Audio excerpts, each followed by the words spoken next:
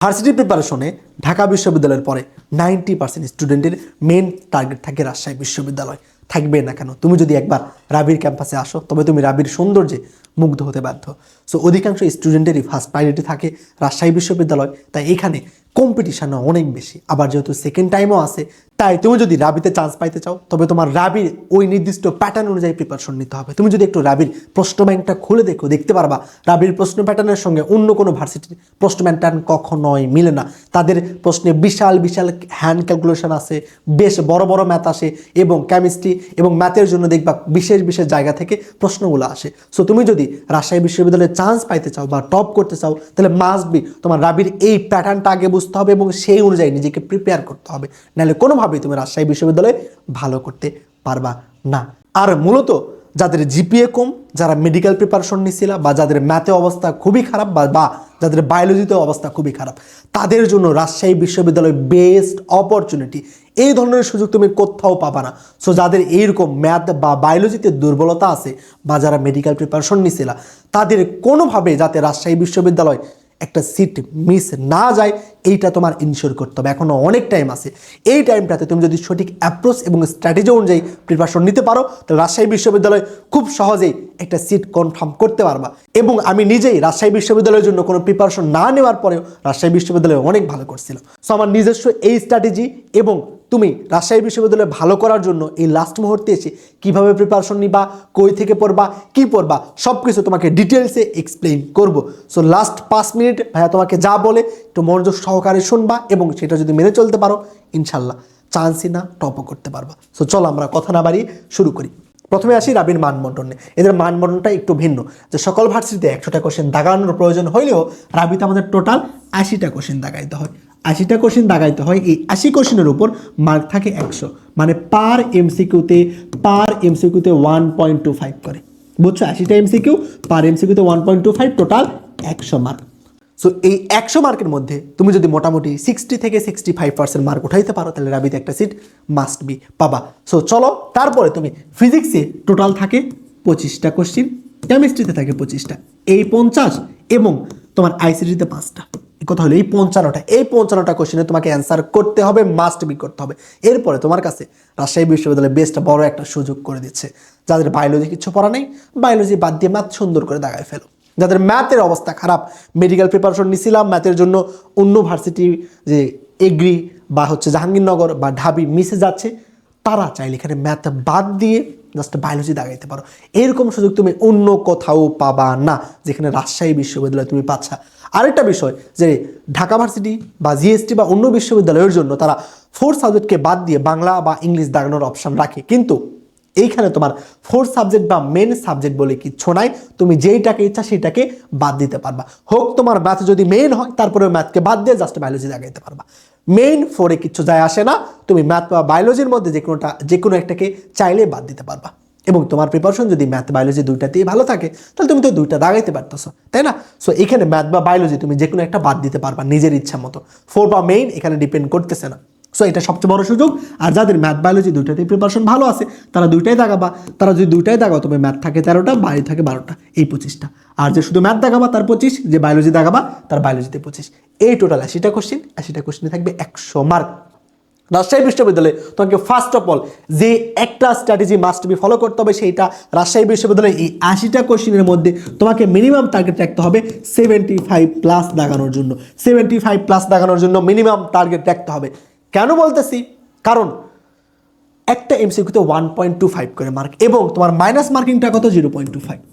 Minus marking তোমার কত? 0.25। একটাতে 1.25 মার্ক, মাইনাস মার্কিং 0.25। এখন চিন্তা করো, তুমি আন্দাজে মনে করে দাগাইছো, ভাই আমি 8টা আন্দাজে দাগাইছি, ধরে নিলাম তোমার ভাগ্য খুবই বেশি খারাপ, খুবই বেশি খারাপ। 8টার মধ্যে অন্তত 2টা তো হবে, তাই না? 8টার মধ্যে অন্তত 2টা হবে। তুমি যদি সবগুলো করে দিয়ে যাও তাও 3টা থেকে 4টা মিনিমাম হবে। ধরে নিলাম যে 8টার মধ্যে 2টা তো হবে, ভাই এটা তো সম্ভাবনা বলে 8টার মধ্যে 2টা হবে। সো 8টার মধ্যে 2টা যদি হয় তুমি কত পাবা? তুমি পাবা তাইলে 2.5 পাবা, 2.5 পাবা। 8টার মধ্যে 2টা হয়েছে, বাকি 6টা ভুল গেছে। 6টার জন্য তোমার মাইনাস মার্কিং কত যাবে? 4টার জন্য যাবে 1 এবং 1.5, তাহলে 4টার জন্য তোমার কত যাচ্ছে? 1.5 মার্ক। তাও দেখো তোমার 1 মার্ক লাভ থাকে। তুমি 8টা আন্দাজে দাগাইছো, 8টার মধ্যে 2টা মিনিমাম হবে। তোমার ভাগ্য সবচেয়ে খারাপ হইলেও 2টা মিনিমাম হবে। সো 2টা যদি মিনিমাম হয় তাও তোমার কত 2.5 মার্ক এবং মাইনাস যায় 6টা ভুলের জন্য মাইনাস যায় 1.5, তাও দিন শেষে তোমার 1 মার্ক লাভ থাকে। সো তুমি এখানে ইচ্ছে করে চাইলেও রাজশাহী বিশ্ববিদ্যালয়ে লস করাটা কঠিন। এই জন্য যেহেতু মাইনাস মার্কিংটা কম, প্রত্যেক এমসিকিউতে 1.25, সো তোমার প্রথমত টার্গেট রাখতে হবে রাবিতে মাস্ট বি 75+ এমসিকিউ দাগানোর জন্য। তুমি যদি রাবিতে কম এমসিকিউ দাগাও তাহলে চান্স পাওয়ার সম্ভাবনা অনেকটা কমে যায়। হইতে পারে তোমার অ্যাকিউরেসি যদি এমন 100% হয়, অনেকের আছে যে আমি ভাই 60টা দাগালে 60টাই হবে, দেন তোমার জন্য আলাদা ভিন্ন কথা। কিন্তু অ্যাজ ইউজুয়াল আমাদের অ্যাকিউরেসি এত হয় না, পরীক্ষার মধ্যে আমরা মনে করি এটা অ্যান্সার হবে, কিন্তু পরবর্তীতে গিয়ে দেখি না ভুল হয়ে যায়। সো অন্য ভার্সিটিতে এটা অ্যাপ্লাই করা যাবে না, শুধু রাবির জন্য। এবং রাবির জন্য তোমার টার্গেট রাখতে হবে 75+ দাগানোর জন্য। অন্য ভার্সিটিতে কখনো এত বেশি দাগানো যাবে না, কারণ মাইনাস মার্কিংয়ের জন্য আমাদের চান্স মিস হয়ে যায়। কেমন মাইনাস মার্কিংয়ের জন্য চান্স মিস হয়ে যায়। সো কিন্তু রাজশাহী বিশ্ববিদ্যালয় যদি এই সুযোগটা আমরা পাচ্ছি, সো রাজশাহী বিশ্ববিদ্যালয় মাস্ট বি চেষ্টা করতে হবে 75+ দাগানোর জন্য, এটা ফার্স্ট স্ট্র্যাটেজি। এরপরে আসো ভাই সাবজেক্ট ওয়াইজ প্রিপারেশন কেমনে নিব। প্রথমে সবচেয়ে যেটা প্রবলেম আইসিটিতে কত মার্ক? 5 মার্ক, তাই না? আইসিটিতে 5 মার্ক। এই 5 মার্ক নিয়ে তোমার প্যারা নেওয়ার বিন্দু মাত্র প্রয়োজন নাই। তুমি যদি এইচএসসিতে আইসিটি পাস করে আসো মিনিমাম 2 থেকে 3 পারবা, মিনিমাম 2 থেকে 3 মার্ক পাবা। সো তুমি ফিজিক্স, কেমিস্ট্রি, ম্যাথ এই সাবজেক্টগুলো তোমার চান্স পাওয়াটাকে ডিফাইন করবে। এটা তোমার চান্স পাওয়াটাও কিছু নির্ভর করতেছে না, এটা জাস্ট তোমার মেরিটটা আগাবে, এটা তোমার মেরিট আগাবে। চান্স পাওয়া ডিপেন্ড করতেছে তোমার ফিজিক্স, কেমিস্ট্রি, ম্যাথ বা বায়োলজি এই 3টা সাবজেক্টের উপর। কেমন? সো আইসিটির জন্য ম্যারাথন করা, এই ক্লাস ওই ক্লাস, ইউটিউবে এসে সাজেশনের পর সাজেশন, এইসব দেখে লাভ নাই। এইসব যারা করবা তারা ভুল করতেছো। আইসিটির জন্য জাস্ট তুমি একটা কাজ করতে পারো, রাবির লাস্ট 20 বছরে যতগুলো আইসিটির প্রশ্ন আসে সেগুলো সলভ করো। লাস্ট 20 ইয়ারের যতগুলো প্রশ্ন আসে সেগুলো সলভ করে যাও, পরীক্ষার মধ্যে 2 থেকে 3টা ইজিলি পারবা। কি দেয় তুমি একটু প্রশ্ন ব্যাংক বের করে দেখো, তোমাকে বাইনারির যোগ দেয়, বাইনারির বিয়োগ দেয়, বা সংখ্যা রূপান্তর করা দেয়, খুব বেসিক টাইপের কোশ্চেন দেয়। এগুলোর জন্য তুমি 5 ঘন্টা 7 ঘন্টা এই সাজেশন দেখবা, ওইটা করবা, জাস্ট টাইম ওয়েস্ট। কেমন? এবং ক্ষতি করতেছো। যে লাস্ট মুহূর্তে তোমরা আসছো, এই টাইমটা সবচেয়ে বেশি গুরুত্বপূর্ণ, একটা সেকেন্ড ওয়েস্ট করা যাবে না। যারা চান্স পায় তারা এই মুহূর্তে এসে 12, 14, 15 ঘন্টা পড়াশোনা করে। কেমন?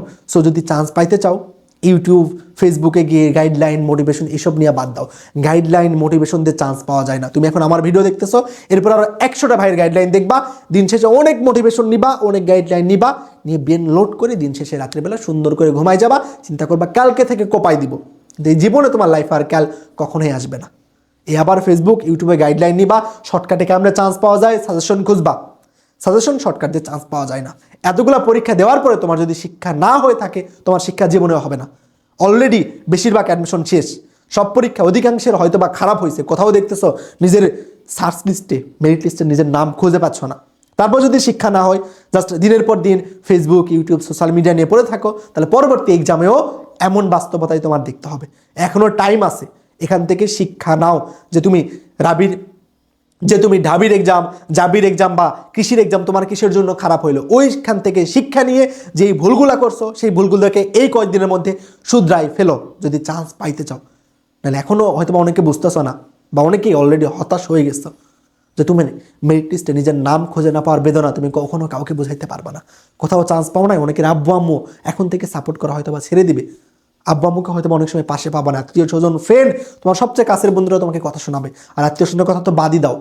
আর কোথাও যদি চান্স না পাও, কিছুদিন পরে দেখবা আরও অনেক কিছু কঠিন হয়ে যাচ্ছে। সো এই কঠিন বাস্তবতাকে যদি দেখতে না চাও, এখন থেকে সাবধান হও, নিজের সর্বোচ্চ দিয়ে চেষ্টা করো। অনেকে আব্বু আম্মুকে দোষারোপ করতেছো যে আব্বু আম্মুকে পাশে পাচ্ছ না, এর কারণ দোষ তো আসলে তাদের না, তুমি তো তাদেরকে স্বপ্ন দেখাইছো, তোমার পথ চেয়ে তারা বসে আছে, আর তুমি কি করছো? দিনের পর দিন টাইম ওয়েস্ট করছো। একবার আয়নার সামনে দাঁড়িয়ে নিজেকে জিজ্ঞেস করো তো যে তোমার প্রত্যেকটা পরীক্ষা কেন খারাপ হচ্ছে। তুমি কি এই অ্যাডমিশনের 3 মাস প্রপারলি ইউজ করছো? তোমার এইচএসসি লাইফের 2 বছর প্রপারলি ইউজ করছো? নিজের মুখের দিকে তাকাইতে পারবা না।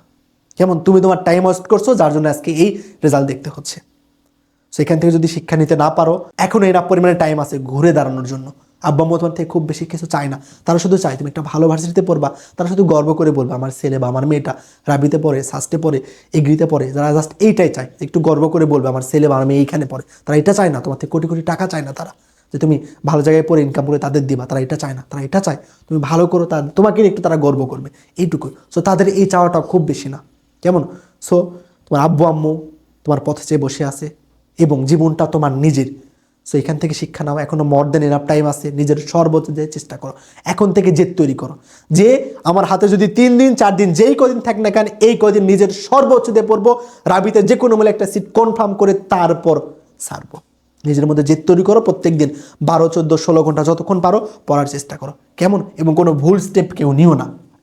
ওকে, আইসিটিতে লাস্ট 20 বছরের প্রশ্ন সলভ করো, টাইম ওয়েস্ট করা যাবে না, সাজেশন এসবে আসা যাবে না। সাজেশন, ফিজিক্সের সাজেশন, কেমিস্ট্রি সাজেশন যে দেখো, এসব দেখে কোনো লাভ হয়েছে বলো তো? এতদিন এত ভার্সিটির জন্য সাজেশন দেখছো, সাজেশনগুলো তো পড়ো নাই। সো এই সাজেশনগুলো বাদ দিয়ে নিজে চেষ্টা করো প্রশ্ন ব্যাংকটা খুব ভালো করে পড়ার জন্য, তাইলেই হবে। কেমন? লাস্ট 20 বছরের প্রশ্ন ব্যাংক খুব ভালো করে যদি পড়তে পারো তাহলে চান্স পাবা। দেখো এরপরে ফিজিক্স কেমিস্ট্রির জন্য কি করবা? তোমাকে মাস্ট বি সেকেন্ড, তোমার রাবির জন্য কি করতে হবে? হ্যান্ড ক্যালকুলেশনে বস হইতে হবে। হ্যান্ড ক্যালকুলেশন যদি বস না হইতে পারো, হ্যান্ড ক্যালকুলেশন যদি তোমার দুর্বলতা থাকে, তাহলে রাজশাহী বিশ্ববিদ্যালয়ে ভালো করতে পারো না, কোনোভাবেই পারবা না। রাবি এবং জিএসটিতে এই দুটা জায়গায় হ্যান্ড ক্যালকুলেশনে এত বড় বড় ক্যালকুলেশন দেয় যে তুমি যদি এখানে হ্যান্ড ক্যালকুলেশনে ভালো রকমের তোমার আয়ত্ত না থাকে তাহলে পারবা না। তুমি ঢাকা বিশ্ববিদ্যালয়, জাহাঙ্গীরনগর, এগ্রি যেগুলোতে পরীক্ষা দিচ্ছ, কোনোটাতে তুমি একটা ম্যাথও পাও না যেটা হ্যান্ড ক্যালকুলেশনের অভাবে করতে পারো না। কিন্তু রাবিতে এরকম অসংখ্য ম্যাথ পাবা যে ম্যাথ তুমি পারো কিন্তু হ্যান্ড ক্যালকুলেশনের জন্য পারতেছ না। এই জন্য তোমাকে এখন থেকেই হ্যান্ড ক্যালকুলেশনে ফোকাস করতে হবে। যাদের হ্যান্ড ক্যালকুলেশন প্রবলেম আছে তারা আমার চ্যানেলে দেখবে 1 ঘন্টার একটা ভিডিও আছে, ডিসক্রিপশন বক্সে দেওয়া থাকবে, ওটা করে নেবা। জাস্ট ওই একটা ক্লাস করবা, ইনশাল্লাহ তোমার হ্যান্ড ক্যালকুলেশনে বিন্দুমাত্র প্রবলেম থাকবে না। এই গ্যারান্টি আমি দিচ্ছি। জাস্ট 1 ঘন্টার একটা ক্লাস, বেশি না, নিজে একটু করবা, করলেই বুঝতে পারবা কেমন যে হ্যান্ড ক্যালকুলেশনের জন্য যা যা প্রয়োজন, যত হ্যাক্স প্রয়োজন, একদম তোমাকে চ্যাপ্টার বাই চ্যাপ্টারে দেখাই দিচ্ছে এই চ্যাপ্টারে কেমনে অ্যাপ্লাই করবা, কি করবা। ওই একটা ভিডিও দেখলে তোমার হ্যান্ড ক্যালকুলেশন দুর্বলতা দূর হয়ে যাবে। সো রাবির জন্য হ্যান্ড ক্যালকুলেশন ফার্স্ট। এরপরে সূত্রের নোট তোমার থাকতে হবে, সূত্রটা প্রত্যেক দিন পড়তে হবে। সূত্র হচ্ছে পরীক্ষার অস্ত্র, সূত্র থেকে ডিরেক্ট তুমি অসংখ্য ম্যাথ পাবা। সূত্র পরীক্ষার অস্ত্র। তোমার সূত্র প্রত্যেক দিন পড়তে হবে, হ্যান্ড ক্যালকুলেশনে বস হইতে হবে যদি চান্স পাইতে চাও, কেমন? এরপরে থার্ড আসো যে ফিজিক্স কেমিস্ট্রির জন্য তুমি কি করবা? প্রশ্ন ব্যাংক পড়বা। লাস্ট 20 বছরের যত প্রশ্ন আসছে সব প্রশ্ন খুব ভালো করে, কমপক্ষে প্রশ্ন ব্যাংক 2 থেকে 3 বার যাতে তোমার প্র্যাকটিস করা হয় রাবি পরীক্ষার আগে। শুধু আবার প্রশ্ন ব্যাংক, আমরা প্রশ্ন ব্যাংক করা মানে কি বুঝি? প্রশ্ন ব্যাংকটা বই বের করলাম, লাস্ট ইয়ারের সলিউশন দিয়ে আছে, হ্যাঁ এটার অ্যান্সার এটা হবে, এটার অ্যান্সার এটা হবে। প্রশ্নের সমাধান দেখে প্রশ্ন ব্যাংক সলভ করে তোমার বিন্দু মাত্র কোনো লাভ হবে না, জাস্ট টাইম ওয়েস্ট করতেছো, নিজের লস করতেছো, কোনো লাভ হবে না। পরীক্ষার মধ্যে গিয়ে প্রশ্ন ধরতেই পারবা না, প্রশ্ন ব্যাংক থেকে প্রশ্ন আসবে তুমি ধরতেই পারবা না, অ্যান্সার তো দূর কি বাত। সো প্রশ্নের সমাধান দেখে প্রশ্ন সলভ করা যাবে না। প্রশ্ন ব্যাংক সলভ করা মানে প্রশ্ন ব্যাংকে লাস্ট 20 বছরের যত টপিক্স থেকে প্রশ্ন আসছে ওই টপিক্সগুলা কনসেপ্ট ক্লিয়ার করা, যাতে পরবর্তীতে এই টপিক থেকে যে কোনো প্রশ্ন আসলে তুমি খুব ইজিভাবে পারো, এটা তোমার ইনশিওর করতে হবে, কেমন? প্রশ্ন ব্যাংক সলভ করা মানে জাস্ট এইটার অ্যান্সার এটা হবে, এইভাবে করা যাবে না। বাকি 3টার অ্যান্সার কিসের জন্য হলো না এবং ওই টপিক্স থেকে আর কি আসতে পারে এটা তোমার ইনশিওর করতে হবে। এটা যদি ইনশিওর করতে পারো তবে একটা প্রশ্ন ব্যাংকের মাধ্যমে শুধু চান্স না, টপ করা সম্ভব। কারণ প্রশ্ন ব্যাংক থেকে 80 থেকে 90% আসবে হুবহু মানে আবার তোমরা কি মনে করো যে হুবহু প্রশ্ন আসবে না, ওই টাইপ থেকে আসবে, সেম টাইপ আসবে। সো তোমার টাইপটা কনফার্ম করতে হবে, কেমন? জাস্ট যদি প্রশ্ন দেখে সলভ করো তাহলে পরীক্ষায় গিয়ে ধরতে পারবে না, পরীক্ষায় কোনোভাবে ভালো কিন্তু হবে না, কেমন? সো এই ভুলগুলো কেউ করো না, প্রত্যেকটা জিনিস বুঝে সলভ করো। সো তোমার এই লাস্ট মুহূর্তে এসে যদি প্রিপারেশনকে গোছায় নিতে পারা হয়, নিজের প্রশ্ন ব্যাংক সলভ করতে পারা খাও এবং কনসেপ্ট যদি ক্লিয়ার না করতে পারো, হ্যান্ড ক্যালকুলেশনে যদি প্রবলেম থাকে, তাহলে তোমরা চাইলে আমাদের ম্যারাথন ব্যাচটাতে এনরোল করতে পারো। আমাদের ফিজিক্স ফার্স্ট পার্টের ক্লাস অলরেডি আমাদের চ্যানেলে ফ্রিতে দেওয়া আছে, আগে ফার্স্ট পার্টের ক্লাসটা করো, দিয়ে যদি ভালো লাগে তাইলে তুমি আসতে পারো, কেমন? শুধু আমাদের এই ম্যারাথনটা রাবি প্লাস ফার্স্ট 2টার জন্য, যেহেতু তোমাদের পরীক্ষা একসঙ্গে, 2টার প্রিপারেশনে খুব বেশি ডিফারেন্স আছে এমন না। রাজশাহী বিশ্ববিদ্যালয়ে যেমন কনসেপচুয়াল কোশ্চেন করে, শাস্ত্র সেমভাবে কনসেপচুয়ালি কোশ্চেন করে, শাস্ত্রে ক্যালকুলেটর ব্যবহার আছে, এখানে নাই, এইটুকুই ডিফারেন্স, কেমন? তবে রাবিরও যেরকম কনসেপচুয়াল কোশ্চেন, শাস্ত্রেরও কনসেপচুয়াল কোশ্চেন। সো তোমার কাজ হবে 2টাকে কম্বাইনভাবে প্রিপারেশন নেওয়া, কেমন? অনেকে মনে করো শাস্ত্র মানে আইউটি পড়তে হবে, বুয়েটের প্রশ্ন ব্যাংক পড়তে হবে। তুমি কি জীবনে শাস্ত্রের কোশ্চেন ব্যাংক খুলে দেখছো? হ্যাঁ, শাস্ত্রের কোশ্চেন কেমন হয় নিজে একবার খুলে দেখো, দেখবা শাস্ত্রের লাস্ট ইয়ারের প্রশ্নগুলাই পারতেছো, হয়তো রাবির প্রশ্নই পারতেছো না, কেমন? সো রাজশাহী বিশ্ববিদ্যালয়ের প্রশ্ন একদম সহজ হয়, এগ্রি। দেন তুমি চট্টগ্রামের পরীক্ষা দিচ্ছ, এমন প্রশ্ন হবে না, প্রশ্ন কনসেপচুয়াল এবং সুন্দর প্রশ্ন হয় রাজশাহী বিশ্ববিদ্যালয়, কেমন? সো একটু নিজের প্রশ্ন ব্যাংক বের করো, শাস্ত্রের প্রশ্ন কেমন হয়, রাবির প্রশ্ন কেমন হয়, নিজেই বুঝতে পারবা। শাস্ত্রের জন্য তোমার আইওটির প্রিপারেশন নিতে হবে নাকি ইঞ্জিনিয়ারিং নাকি কি যেন প্রিপারেশন নিতে হয়, নিজের প্রশ্ন ব্যাংক বের করো, নিজেই বুঝতে পারবা, কেমন? সো এইসব অন্যের কথায় কান দিও না, নিজের প্রশ্ন ব্যাংক বের করো, নিজেই বুঝতে পারবা। ওকে, সো আমরা তোমাদেরকে এই ম্যারাথনটাতে 2টাকে কম্বাইনভাবে প্রিপারেশন নেওয়াই দিচ্ছি। সো আমাদের এই যে এটা রুটিন, এই রুটিন অনুযায়ী আমাদের রেগুলার ক্লাস হবে। তোমাকে প্রত্যেক দিন এই লাস্ট মুহূর্তে প্রত্যেক দিন আমাদের রাত 9:30 গুগল মিটে গাইডলাইন সেশন হয়, গাইডলাইন সেশনের মাধ্যমে তোমাকে গাইড করা হয় কী করবা না করবা, আজকে কী করবা। রেগুলার তোমাকে আমরা একটা টাস্কের মধ্যে রাখি যে আজকে ফিজিক্স ক্লাস, ফিজিক্স এইটা পড়বা, এইটা সলভ করবা এবং একটা নির্দিষ্ট টাইম দেওয়া থাকে, এর মধ্যে এক্সাম দিতে হবে। তোমাকে ডেইলি যে আমরা ক্লাসগুলো প্রোভাইড করতেছি, এই স্লাইডগুলো বা এই ম্যাটেরিয়ালসগুলোর সলভ করে সেটার রাফ খাতার ফটো আমাদের টেলিগ্রাম গ্রুপে দিতে হবে, নাহলে তোমাকে ব্যান করা হবে।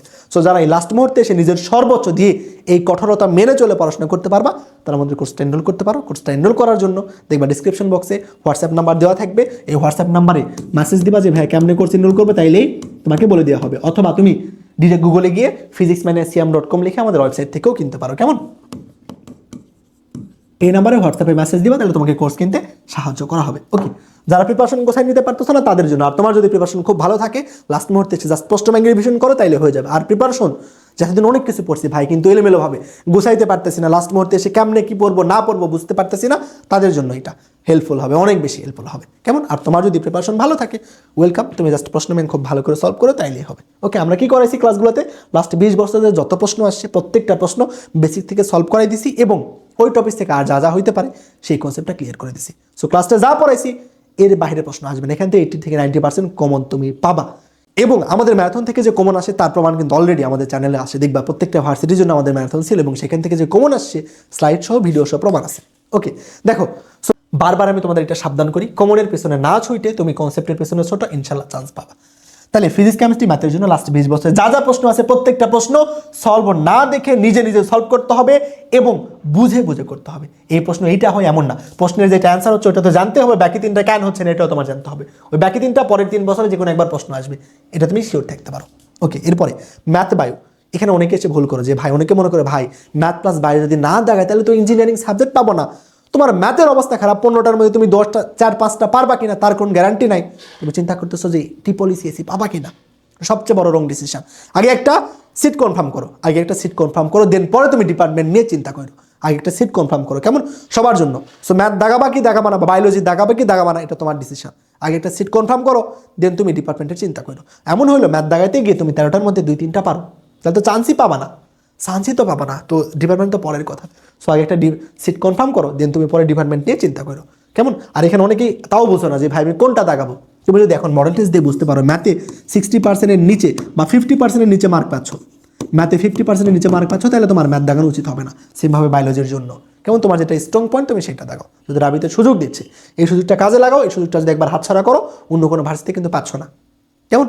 আশা করি বুঝাইতে পারছি। ম্যাথ নাকি বায়ো দাগাবা এটা তোমাদের বিষয়। আর কাট মার্ক কত হবে? মোটামুটি তুমি 60 থেকে 65 যদি পাও, তাহলে 100% শিওর থাকো রাবিতে তুমি একটা সিট পাবা। 60 থেকে 65 পাইলে একটা সিট পাবা। এবং এখানে একটা প্রশ্ন আসে যে ভাই আমি যদি বায়োলজি দাগাই আমার জন্য সিট কমে যাবে? সিট কমে যাবে মানে কি হবে? যে ম্যাথ প্লাস বায়োলজি দাগাইছে সে যদি, তার জন্য যদি কাট মার্ক 62 হয়, তোমার জন্য 2-3 মার্ক বেশি হবে, 63 বা 64 হবে, 2 থেকে 2.5 মার্ক বেশি হয়। কেমন? তুমি যদি ম্যাথ বাদ দাও তোমার কাট মার্ক 2 থেকে 2.5 বেশি হবে। বায়োলজি বাদ দিল সেম ভাবে, যে ম্যাথ প্লাস বায়োলজি দেখাচ্ছে তার চেয়ে 2 থেকে 2.5 মার্ক বেশি হবে। সো শেষ মুহূর্তে আসছো, নিজের সর্বোচ্চ দিয়ে চেষ্টা করো, এবং লাস্ট মুহূর্তে প্রত্যেক দিন তোমাকে একটা করে মডেল টেস্টে মিনিমাম দিতে হবে, মিনিমাম। এবং তোমার চেষ্টা করতে হবে যে মডেল টেস্টগুলো দিচ্ছ এখানে 100-এর মধ্যে 60 পাইলা, বাকি 40 কেন পাচ্ছ না? কি প্রবলেম? হ্যান্ড ক্যালকুলেশনের সমস্যা নাকি সমস্যা কোথায়, কেন পারতেছ না? সেই দুর্বলতাকে খুঁজে বের করে সেটাকে নিয়ে এই কয়েকটা দিন কাজ করো, তাহলে ইনশাল্লাহ চান্স পাবা। এবং আমি রাজশাহী বিশ্ববিদ্যালয়ের জন্য কোনো প্রিপারেশন নেই নাই, ইঞ্জিনিয়ারিং প্রিপারেশন নেওয়া ছিল, এবং আমার ঢাবি পরীক্ষা হওয়ার পরে ঢাবির পরীক্ষা বেশ ভালো হয়েছিল, তো শিওর ছিলাম ঢাকা বিশ্ববিদ্যালয়ে চান্স হবে। রাজশাহীতে ছিলাম, ভাবছিলাম যে রাজশাহীতে আসি, দিয়ে আসি, একটু ঘুরে আসি ঢাবিতে গিয়ে। সো কোনো প্রত্যাশা ছাড়া, কোনো প্রত্যাশা নাই, কোনো জিরো প্রত্যাশা নিয়ে পরীক্ষা দিতে গেছি, যে জানি এখানে তো পড়বই না। সো জিরো প্রত্যাশা নিয়ে পরীক্ষা দিয়েছি, এবং আমার লাইফের অ্যাডমিশনের সবচেয়ে ভালো পরীক্ষা হয়েছে রাজশাহী বিশ্ববিদ্যালয়। বুঝছো? এর কারণ যে কোনো প্রত্যাশা ছিল না পরীক্ষার মধ্যে, কোনো প্রেশার ছিল না। আর এমনি যখন ঢাবিতে পরীক্ষা দিয়েছি বা যেই জায়গায় পরীক্ষা দিয়েছি না কেন, অনেক বেশি প্রেশার কাজ করতো, যে মনে হয়তো চান্স পাইতেই হবে, এত মার্ক পাইতে হবে, চান্স না পাইলে কি হবে, কি করব, এসব চিন্তা ভাবনার জন্য, এইসব প্রেশারের জন্য, নিজের নার্ভটাকে কন্ট্রোল না করতে পারার জন্য যে পরীক্ষা আমাদের খারাপ হয়ে যায়। সো পরীক্ষায় কোনো প্রত্যাশা নিয়ে যাওয়া যাবে না। তুমি প্রত্যাশা ছাড়া যদি পরীক্ষায় যাইতে পারো, পরীক্ষায় বেশ ভালো করতে পারো, একদম কোপাই দিয়ে আসতে পারবা। তোমার প্রত্যাশা পরীক্ষার আগের দিন পর্যন্ত থাকবে, পরীক্ষার আগের দিন এসে তোমার জিরো প্রত্যাশা, যে কালকে রাজশাহী বিশ্ববিদ্যালয়ের পরীক্ষা, আমি এক্সাম হলে যাব, যা যা পারবো সুন্দর করে লিখে আসবো, যা পারবো না প্রয়োজন নাই, যা পারবো না লেখার প্রয়োজন নেই। এমন প্রেশার নিয়ে যাওয়া যাবে না, আমাকে 60 পাইতেই হবে, 70 পাইতে হবে, এমন কোনো টার্গেট নিয়ে যাওয়া যাবে না। এমন টার্গেট নিয়ে গেলে তুমি নার্ভকে কন্ট্রোল করতে পারবা না, ওই প্রেশারটা হ্যান্ডেল না করতে পারার জন্য পরীক্ষা ভালো হবে না। শুধু প্রিপারেশন ভালো নিলেই হয় না, পরীক্ষার হলের মধ্যে অনেকগুলো বিষয় একসঙ্গে ক্লিক করতে হয়, যদি করে তবেই তোমার চান্সটা হবে। কেমন? আর একটা বিষয়, আমরা শুধু চেষ্টাই করতে পারি, ফলাফল আমার হাতে নেই।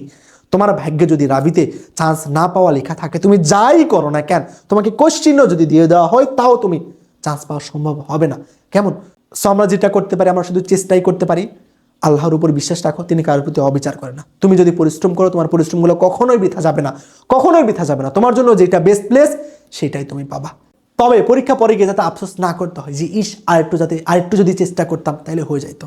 পরীক্ষার আগের দিন রাতে বুকে যাতে হাত দিয়ে বলতে পারো যে আমি আমার সর্বোচ্চ দিয়ে চেষ্টা করছি। রাবির জন্য এর চেয়ে বেশিভাবে পরিশ্রম করা বা এর চেয়ে বেশিভাবে নিজেকে প্রিপেয়ার করা আমার পক্ষে সম্ভব না, এটা যদি বলতে পারো তাহলে ইনশাল্লাহ 100% চান্স পাবা। সবার জন্য অনেক দোয়া এবং শুভকামনা রইল। সালামু আলাইকুম।